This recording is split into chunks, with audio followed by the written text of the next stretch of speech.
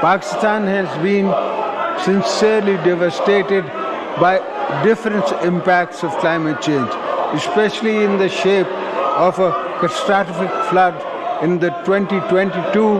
We urgently need to invest in climate-friendly, climate-resilient infrastructure to mitigate the rapidly compounding risk of climate change. At the same time, we need to ensure that clean energy technology from the core component of our national energy mix, as they would not only create opportunities for green economic growth, but would also make energy more affordable for our people.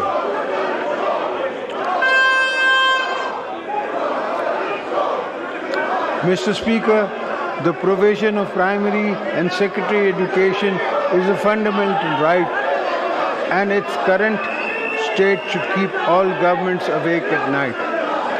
We must acknowledge the fact that in Pakistan there's a massive number of children who are out of school, and given our growing population, the number is growing faster than the facilities we have been providing. I therefore urge all provincial governments to bring focus and energy on transformative reforms on education sector, not just on improving access to primary secondary education for all children, but for ensuring quality as well.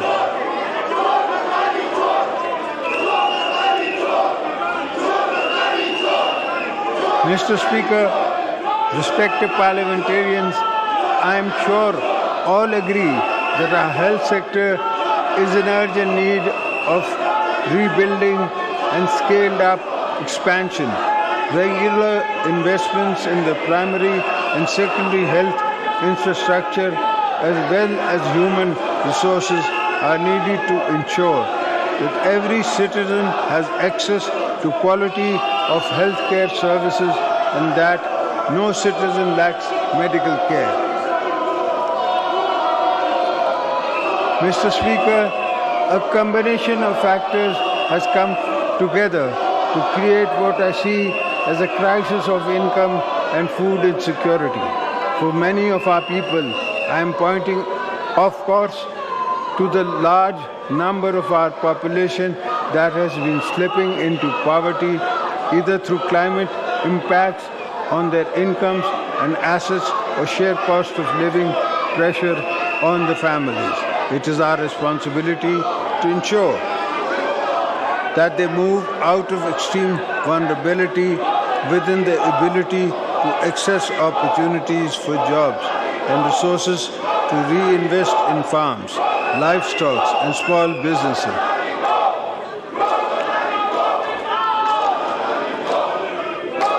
I am proud to say that I come from a political background that has rich legacy of empowering and protecting all those at the bottom of the social pyramid, including women. Shaheed Mohtarma Benazir Bhutto was a champion of women's rights and always went on extra mile in advancing women's causes, just as she sought entitlement of economically and socially vulnerable groups of Pakistan.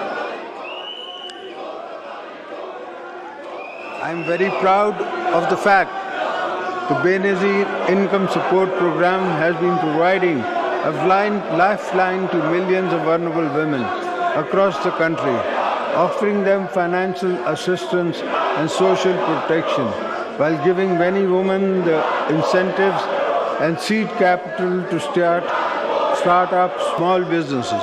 I'm glad that the number of the beneficiaries of the Poverty Alleviation Program has risen to over 9 million, but we need to bring more underprivileged women into the social safety net. I am hopeful that the new government will actively work to reduce social and economic fragility while aggressively promoting girls' education and health, including programs to reduce maternal, maternal and enhance mother and child income.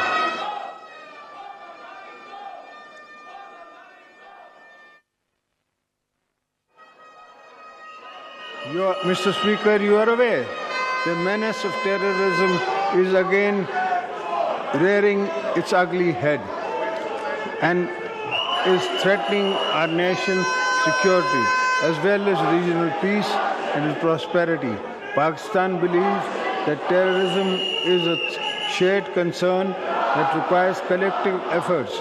We expect neighboring countries to take strong notice of terrorist groups who are involved in launching attacks against our security forces and people. Today I reaffirm the nation's resolve to eliminate terrorist elements. My late wife, the twice elected Prime Minister of Pakistan, Mohtarama Benazir Bhutto Shaheed, gave her life standing up to terrorists, so you will never find me wanting in building the unity and the momentum behind such an effort.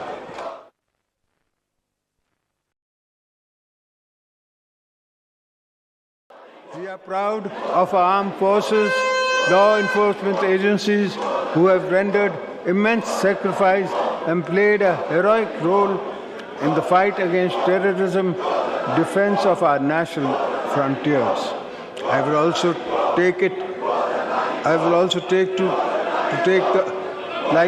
this opportunity to thank our friendly countries, particularly Saudi Arabia, UAE, China, Turkey, and Qatar, who have always supported Pakistan in difficult times.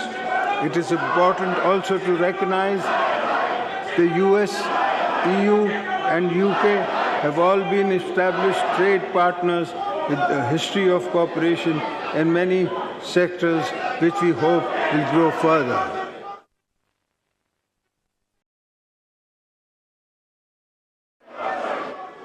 I extend my heartfelt gratitude to China for its unwavering support to Pakistan in various fields and enduring strategic all-weather friendship between Pakistan and China is a cornerstone of stability in the region. We remain steadfast in our commitment to collaborate with China to advance our shared goals and fostering regional peace, promoting connectivity, ensuring prosperity, and maintaining stability, which includes completion of the China-Pakistan Economic Corridor. We will not allow hostile elements to jeopardize this vital project or undermine the strong bond between our two nations. We will take all necessary measures to ensure the security of our Chinese brethren and sisters. Before I conclude, I must remind the world of the unsung sacrifices of our Kashmiri brethren, their ongoing struggle for the freedom of Indian illegally occupied Jammu and Kashmir. The revocation of Article 370 and 35A is part of India's strategy to reduce Kashmiris Muslims to a minority in our own homeland. Pakistan rejects the one-sided India action and calls upon India to reverse all illegal measures taken on or after 5th of August 2019.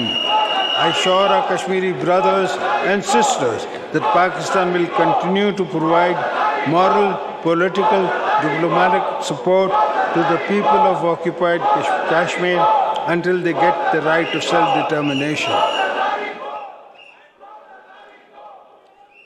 Pakistan believes that the key to durable peace in South Asia is the resolution of dispute in accordance with the United Nations Security Council resolution. Similarly, we are deeply concerned over the tidal wave of indiscriminate killings of innocent Palestinians and large-scale genocide committed by the Israeli forces.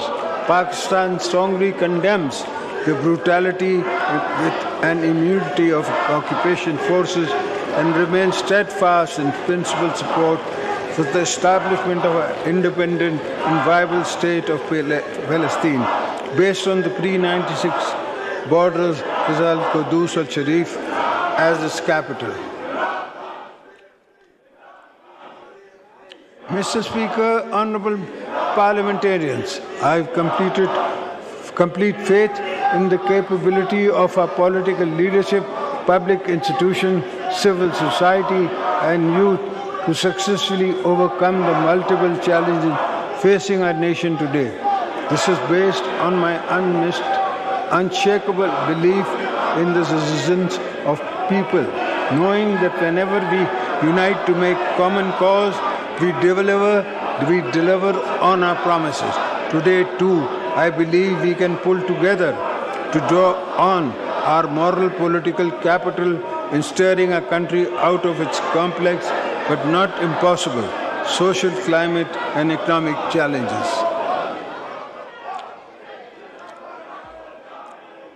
Once again, let me entreat you all to think of this great country as your driving motivation for service in this House of Parliament. Let us demonstrate a spirit and words, a renowned political ethos, a collaboration and census building as the guiding principle to lay the groundwork for a more prosperous Pakistan. I am certain that together, in a fresh start, we can start a course towards a strong, prosperous Pakistan.